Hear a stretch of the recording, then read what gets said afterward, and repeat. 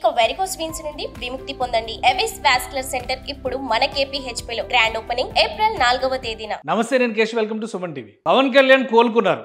మరో విడత ప్రజాయాత్రకు బయలుదేరబోతున్నారు.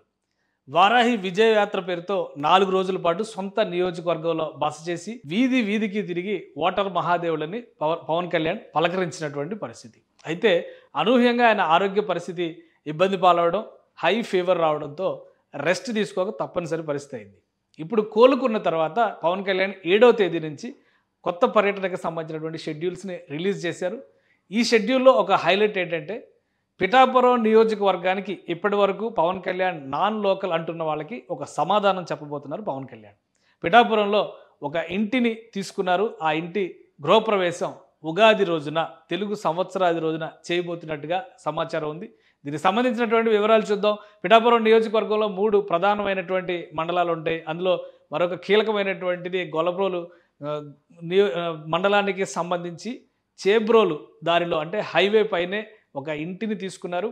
అది స్థానిక ఒక రైతు కుటుంబానికి చెందినటువంటి ఇల్లు. ఆయన ఎలక్షన్స్ కాలంలో అక్కడ బస చేసేందుకు, పార్టీకి సంబంధించినటువంటి కార్యకలాపాలు నిర్వహించేందుకు కూడా ఈ ఇంటినే పవన్ కళ్యాణ్ ఉపయోగించబోతున్నట్టుగా సమాచారం ఉంది. ఆ ఇంటికి సంబంధించి పూర్తి స్థాయి ఏర్పాట్లు చేయాల్సిందిగా స్థానికంగా ఉన్నటువంటి పార్టీ నాయకులకి ఇప్పటికే ఆదేశాలు అందినాయి. దీనికి సంబంధించి శరవేగంగా ఏర్పాట్లు జరుగుతున్నాయి. ఆ ఇల్లు ఏ విధంగా ఉంది, పవన్ కళ్యాణ్ అక్కడ నుంచి పార్టీ కార్యకలాపాలు నిర్వహించడానికి కావాల్సినటువంటి వనరులు ఉన్నాయా లేదా పరిశీలించేటువంటి ప్రయత్నం చేద్దాం. పవన్ కళ్యాణ్ తీసుకున్నటువంటి నివాసం ఇదే చేబ్రోలు హైవే, అంటే గొల్లప్రోలు నుంచి వెళ్ళేటువంటి దారిలో చేబ్రోలు దగ్గర ఈ హైవే పైన ఉన్నటువంటి ఇల్లు ఇది.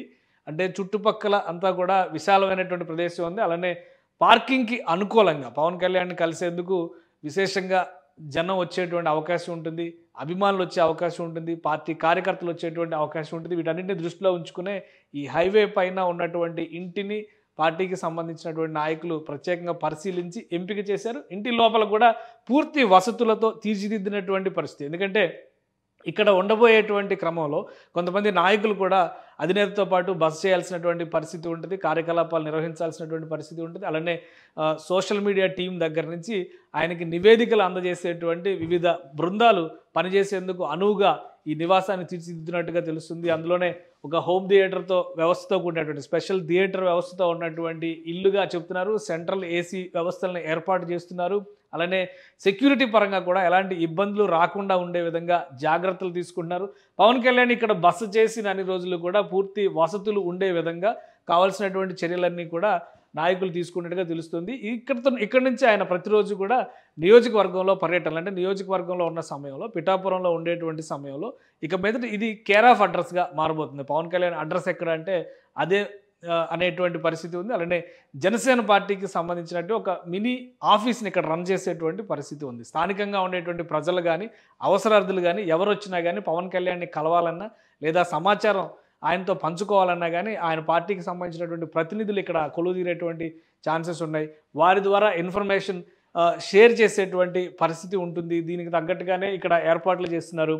మనం చూస్తే కనుక లోపల కిచెన్ దగ్గర నుంచి కూడా, ఎందుకంటే ఒక రైతు కుటుంబం పూర్తి స్థాయిలో ఉన్నటువంటి ఈ మూడు అంతస్తుల పైన ఉన్నటువంటి ఈ ఇంటిని ఏర్పాటు చేసుకున్నటువంటి పరిస్థితి ఉంది. దానిలోనే అన్ని వనరులు, వసతుల్ని కూడా సమకూర్చుకుంటున్నారు. కాబట్టి పవన్ కళ్యాణ్ ఇక్కడికి వస్తే ఎలాంటి లోటు ఉండదు అనేటువంటి అభిప్రాయాన్ని ఆ పార్టీ నాయకులు వ్యక్తం చేస్తున్నారు.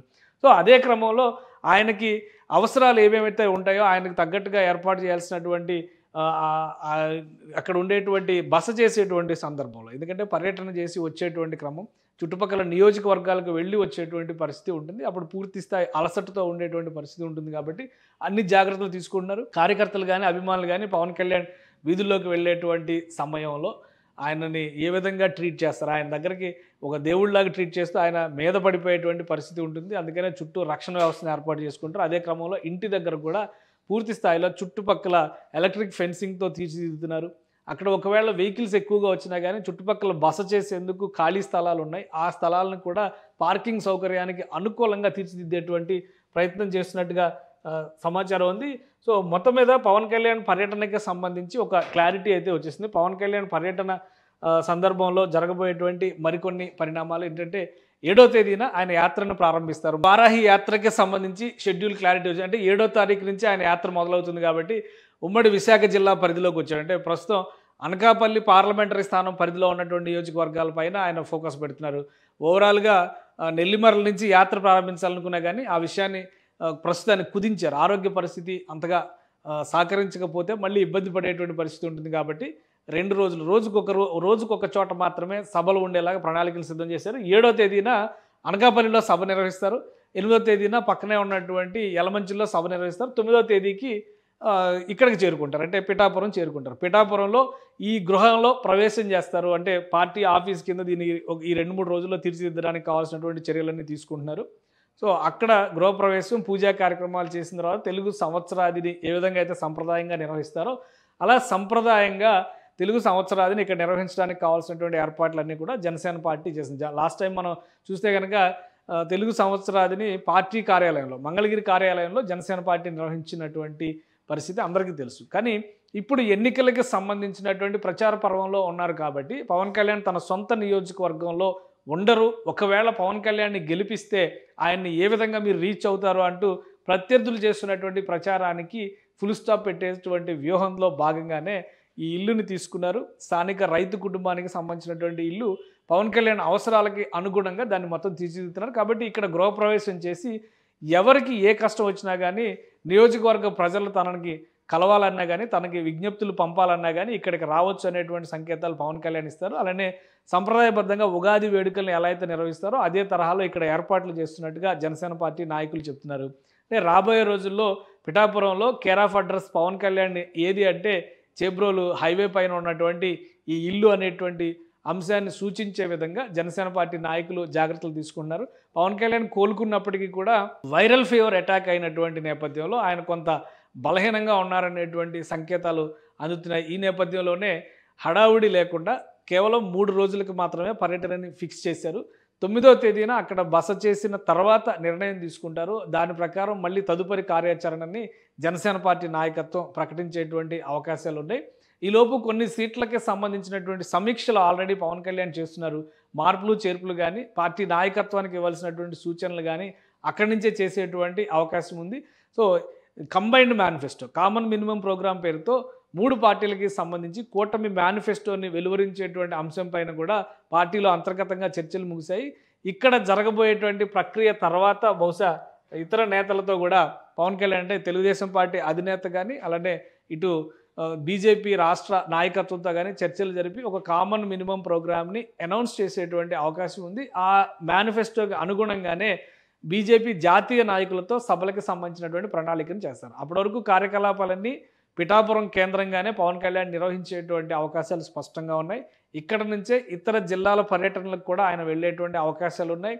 అలానే హెలీప్యాడ్ని కూడా అక్కడ ఏర్పాటు చేస్తున్నారు. ఇప్పుడు ఆల్రెడీ అక్కడ పిఠాపురంలో ల్యాండ్ అవ్వడానికి ఉపయోగిస్తున్నటువంటి హెలీప్యాడ్ని ఇప్పుడు ఉపయోగించుకునే అవకాశం ఉంది. అక్కడి నుంచి మళ్ళీ ఆయన పిఠాపురం కేంద్రంగానే ఇక మీద కార్యకలాపాలు పవన్ కళ్యాణ్ నిర్వహించడానికి కావాల్సిన ఏర్పాట్లు చేస్తున్నారు. ఇక ఈ పర్యటనల తర్వాత అంటే ఈ ఫేజ్ అయిపోయిన తర్వాత 9వ తేదీ తర్వాత మిగతా కార్యాచరణకి సంబంధించి కూడా ఒక నిర్దిష్టమైనటువంటి రూట్ మ్యాప్ని జనసేన పార్టీ విడుదల చేసేటువంటి అవకాశం ఉంది.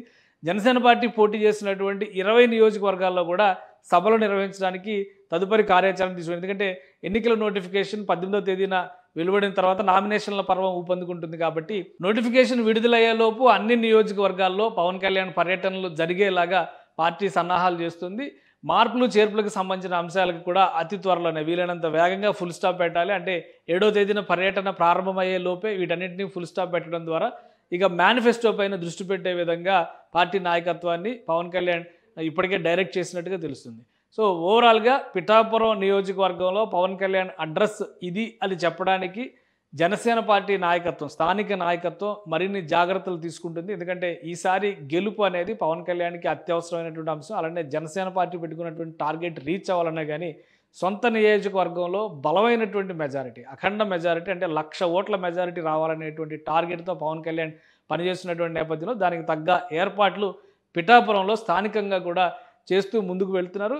ఇక ఎన్నికల మేనిఫెస్టో రూపకల్పన, అలానే నామినేషన్ల పర్వం దగ్గరకు వచ్చేసరికి పార్టీ ప్రచారానికి కావాల్సినటువంటి వ్యూహం, వీటిపైనే పవన్ కళ్యాణ్ ఎక్కువ దృష్టి పెడతారని పార్టీ నాయకుల నుంచి వస్తున్నటువంటి సమాచారం. సుమన్ టీవీలో మీ పర్సనల్ అండ్ బిజినెస్ ప్రమోషన్స్ కోసం కింది నెంబర్కి కాంటాక్ట్ చేయండి.